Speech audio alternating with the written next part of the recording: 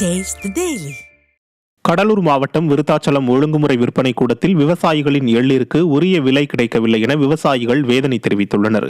ஒரு மூட்டைக்கு 40 ரூபாய் அதிகாரிகள் லஞ்சம் கேட்பதாகவும், விடியா திமுக அரசின் வேளாண் அமைச்சர் தங்களை ஏமாற்றுவதாகவும் விவசாயி ஒருவர் வேதனையுடன் வீடியோ ஒன்றை வெளியிட்டுள்ளார்.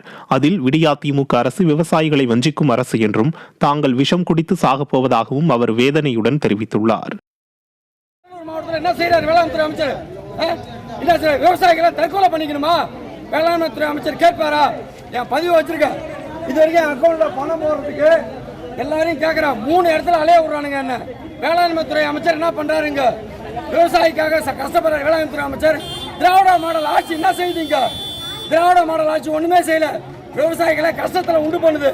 விஷம் குடிச்சு சாக போறோம். எள்ளுக்கு சரியான விலை இல்லை, எந்த விலையும் இல்லை. விஷம் குடிச்சு சாக போறோம். கண்டிக்குமா? இதை தமிழ்நாடு முதலமைச்சர் அவர்கள் வேளாண்மைத்துறை அமைச்சர்கிட்ட கேட்பாரா? விருத்தாச்சலம் சட்ட ஒழுங்குமுறை கூடத்தில் அவலங்கள் நிறைய நடக்குது. சாக்கு மாத்திரத்துக்கு 40 ரூபா வாங்குறானுங்க.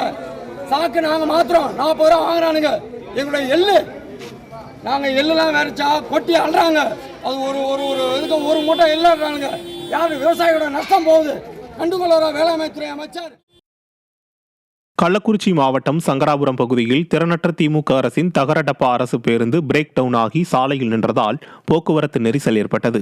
சங்கராபுரம் பேருந்து நிலையத்திலிருந்து பயணிகளை ஏற்றிக்கொண்டு அரசு பேருந்து விரியூருக்கு புறப்பட்டுள்ளது. இந்நிலையில் அரசு பேருந்து திருக்கோவிலூர் சாலையில் பிரேக் டவுன் ஆகி சாலையில் நின்றதால் பயணிகள் கடும் அவதியடைந்தனர். மேலும் சாலையில் கடும் போக்குவரத்து நெரிசல் ஏற்பட்டதால் வாகன ஓட்டிகள் கடும் சிரமமடைந்தனர். திறனற்ற திமுக ஆட்சியில் அரசு பேருந்துகள் முறையாக பராமரிக்காததால் தகரடப்பா அரசு பேருந்துகள் ஆங்காங்கே பழுதாகி நிற்பதாக பொதுமக்கள் குற்றம் சாட்டியுள்ளனர்.